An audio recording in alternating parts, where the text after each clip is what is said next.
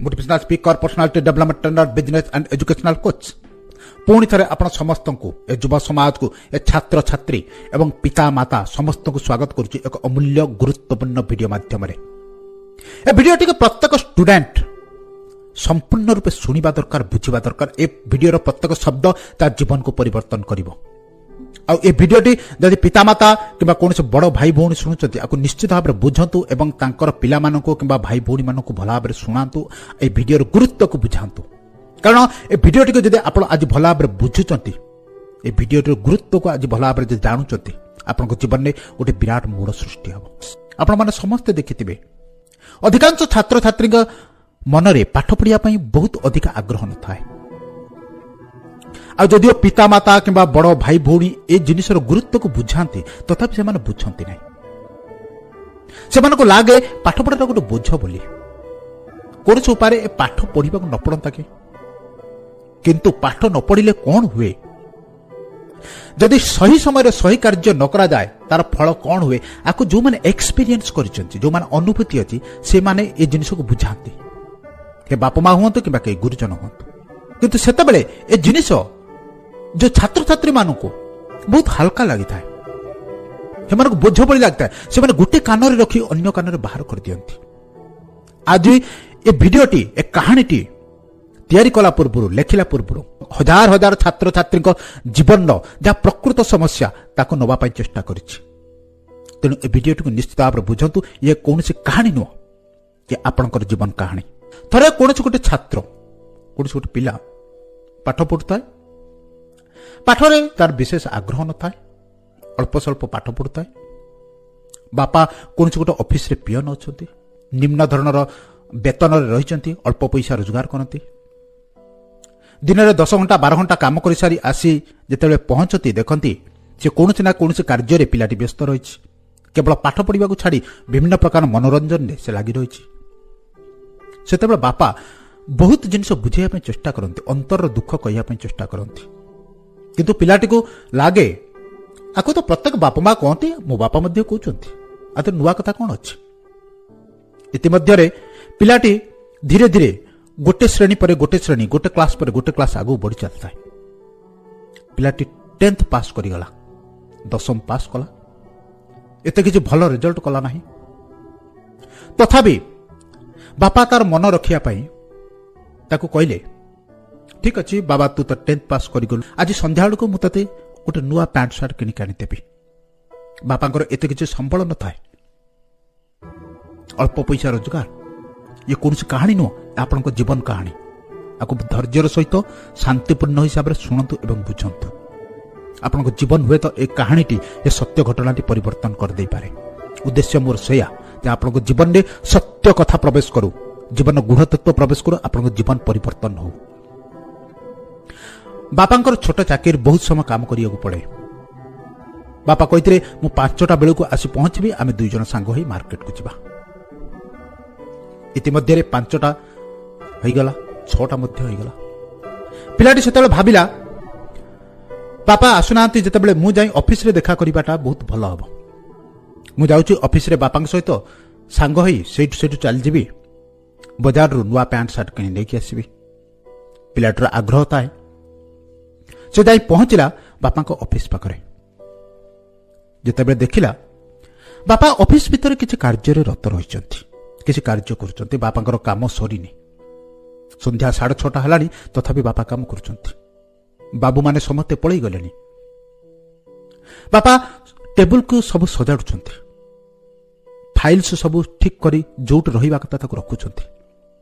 ये सब जिनिस पिलाटी देखु थाए। सभा शेष पिलाटर बापा आसिले गोटे सुंदर चेयर पाखक, से चेयर टाको बहुत आग्रह सहित पूछिले। टिकनिक करी से चेयर को सफा करुथांती और देखुथांती। आ जेतेबेले देखुथांती, जेतेबेले सफा करुथांती, सेतेबेले से पितांको आखिरु, से बापांको आखिरु टप टप है लुह झरुथाए। पिलाटी ये जिनिस को देखि आश्चर्य होताए। ताको लागुथाए बापा जेतेबेले ए चेयर टी को पोछुचंती, कांदुचंती काहेकि, कौन है? बापा तो प्रत्येक दिन आसती, एटी कार्य करती, घर को जाती, ମୋ ସହିତ କଥାବାର୍ତ୍ତା କରନ୍ତି, ଖୁସିରେ ଥାନ୍ତି। କିନ୍ତୁ କ'ଣ ହେଇଛି ଯେ ସେ ଅଫିସର ଏ ଚେୟାରଟିକୁ ପୋଛିଲା ବେଳେ କାନ୍ଦୁଛନ୍ତି ଆଉ ଏତେ ଆଗ୍ରହର ସହିତ ପୋଛୁଛନ୍ତି, ଯେମିତି ତାଙ୍କ ପ୍ରାଣ ଏ ଚେୟାରରେ ଲାଗି ରହିଛି, ଯେମିତି ଏ ଚେୟାର ସହିତ ତାଙ୍କର କିଛି ସମ୍ବନ୍ଧ ଅଛି, ସେ ଚେୟାର ସହିତ କିଛି ଆଶା ଆକାଂକ୍ଷା ବାନ୍ଧି ରହିଛି। କିଛି ସମୟ ପରେ ବାପା ପିଲାଟିକୁ ଦେଖିଲେ, ପିଲାଟି ବାହାରେ ଠିଆ ହେଇଛି। ବାପା ବାହାରକୁ ବାହାରି ଆସିଲେ। ପିଲାଟିର ସେତେବେଳେ ଆଉ ପୋଷାକ କିଣିବା, ଡ୍ରେସ୍ କିଣିବାର ଝୁଙ୍କ ନଥାଏ। ସେ ବାପାଙ୍କର ଅବସ୍ଥାକୁ ଦେଖି ତାକୁ ଲାଗୁଥାଏ ସତେ ଯେମିତି କିଛି ଗୋଟେ ଭୁଲ ହଉଛି। ସେତେବେଳେ ସେ ବାପାଙ୍କୁ ପଚାରିଛି, ବାପା, ମୁଁ ତୁମକୁ ଦେଖିଲି, ତୁମେ ସେ ଘର ଭିତରେ ଯେତେବେଳେ ସଫା କରୁଛ, ସେ ଚେୟାରଟିକୁ ଯେତେବେଳେ ଭଲ ଭାବରେ ସଜାଡୁଛ, କିଛି ଗୋଟେ ଆକର୍ଷଣ, କିଛି ଗୋଟେ ସମ୍ବନ୍ଧ ରହିଛି ଏ ଚେୟାର ସହିତ। ଆଉ ତୁମ ଆଖିରୁ ଟପ୍ ଟପ୍ ହେଇ ଲୁହ ଖସୁଛି। ଆର କାରଣ କ'ଣ? ଯେପର୍ଯ୍ୟନ୍ତ ଏ କାରଣ ମୋତେ ନ କହିଛ, ସେ ପର୍ଯ୍ୟନ୍ତ ମୁଁ ତୁମ ସହିତ ମାର୍କେଟକୁ ଯିବି ନାହିଁ କୌଣସି ପ୍ରକାର ଜିନିଷ କିଣିବା ପାଇଁ। ବାପା ସେତେବେଳେ କହିଛନ୍ତି, ବାବୁ, ମୁଁ ଏ କଥା ବହୁତ ଥର ତତେ ବୁଝେଇବା ପାଇଁ ଚାହିଁଛି। ମୋ ଅନ୍ତରର ବେଦନା, ଅନ୍ତରର କଷ୍ଟ ତତେ ବହୁତ ଥର କହିବା ପାଇଁ ଚାହିଁଛି, କିନ୍ତୁ ତୁ ବୁଝିନୁ। ଦୀର୍ଘ 30 ବର୍ଷ ପୂର୍ବରୁ ଆମେ 2 ଜଣ ସାଙ୍ଗ ଥିଲୁ, ଆଉ 2 ଜଣ ଗରିବ। ଜଣେ ମୁଁ ଆଉ ଜଣେ ବ୍ୟକ୍ତି ଥିଲେ। ସେ ଯେତେବେଳେ ପାଠ ପଢୁଥିଲେ, ସେ ଯେତେବେଳେ ମୋ ସାଙ୍ଗରେ ଥିଲେ, ସେତେବେଳେ ଆମ 2 ଜଣଙ୍କର ଅବସ୍ଥା ସମାନ ଥିଲା। ଗୋଟିଏ ମାତ୍ର ଫରକ ଥିଲା, ସେ ଯେତେବେଳେ ମନ ପ୍ରାଣ ଦେଇ ପାଠ ପଢୁଥିଲେ, କିନ୍ତୁ ମୁଁ କିଛି ସମୟ ପଢୁଥିଲି, ଅଧିକାଂଶ ସମୟ ନଷ୍ଟ କରୁଥିଲି, ମଜା କରୁଥିଲି। ଆଉ ଆଜି ସେଇ ସାଙ୍ଗ ଜଣକ ଏ ଚେୟାରରେ ବସୁଛି, ଆଉ ମୁଁ ସେ ଚେୟାରଟିକୁ ପ୍ରତ୍ୟେକ ଦିନ ସଫା କରୁଛି। ଆଉ ଯେତେବେଳେ ସଫା କରୁଛି, ମୋ ଅନ୍ତରାତ୍ମା କାନ୍ଦୁଛି। ଖାଲି ଗୋଟିଏ ପ୍ରଶ୍ନ ଆସୁଛି, ଯଦି 30 ବର୍ଷ ପୂର୍ବରୁ ଭଲ ଭାବରେ ପଢିଥାନ୍ତି, ଯଦି ସେତେବେଳେ ସମୟର ମୂଲ୍ୟ ବୁଝିଥାନ୍ତି, ଯଦି ସେ ସମୟରେ ଯାହା କରିବା ଉଚିତ ତାହା କରିଥାନ୍ତି, ଛାତ୍ର ଜୀବନରେ ଯେଉଁ କର୍ମ କରିବା ଉଚିତ, ପାଠ ପଢିବା ଉଚିତ, ତାକୁ ଯଦି ମୁଁ ଭଲ ଭାବରେ ପଢିଥାନ୍ତି, ଆଜି ହୁଏତ ଏ ଚେୟାରରେ ମୁଁ ମଧ୍ୟ ବସିଥାନ୍ତି। ଯେତେବେଳେ ଏ କଥା ମୁଁ ଭାବୁଛି, ମୋ ଆଖିରୁ ଟପ୍ ଟପ୍ ହେଇ ଲୁହ ଖସି ପଡୁଛି। ଆଉ ଏ ଜୀବନରେ ତ ସମ୍ଭବ ନୁହଁ ବସିବା, ଏ ଚେୟାରରେ ବସିବା।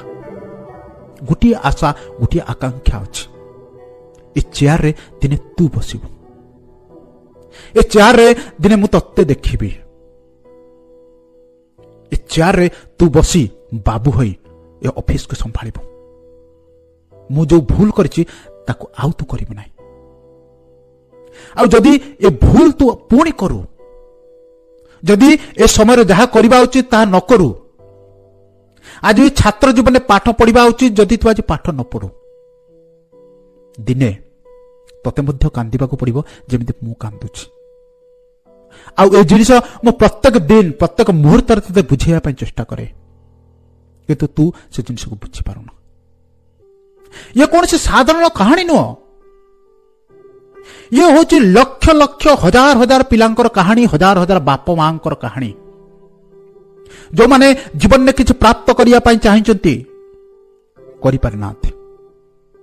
ସେମାନଙ୍କର ଆଶା ଆକାଂକ୍ଷା ରହିଛି, ମୋ ପିଲା ଦିନେ ମୋର ଅଧାର ସ୍ୱପ୍ନକୁ ସଫଳ କରିବ। ଏ ବିଶ୍ୱରେ ଯେତେ ବି ସଫଳତମ ପିତାମାତା ଥାନ୍ତୁ, ସେ ସମସ୍ତଙ୍କର ଗୋଟିଏ ଆଶା ଥାଏ, ମୁଁ ଯେତିକି ସଫଳ, ମୋ ପିଲା ତାଠାରୁ ଆଉ 10 କଦମ ଆଗକୁ ଯାଉ, ମୋ ଠାରୁ ସେ ଆହୁରି ପ୍ରଶଂସନୀୟ ହଉ, ଆହୁରି ସେବା କରୁ, ଆହୁରି ଭଲ କର୍ମ କରୁ, ଆହୁରି ଭଲ ଯୋଗ୍ୟ ହଉ। ଆଉ ଏ ସବୁ ଜିନିଷ ସମ୍ଭବ ଯେତେବେଳେ ଯେଉଁ ସମୟରେ ଯାହା କରିବା ଉଚିତ ତାହା କରିବ।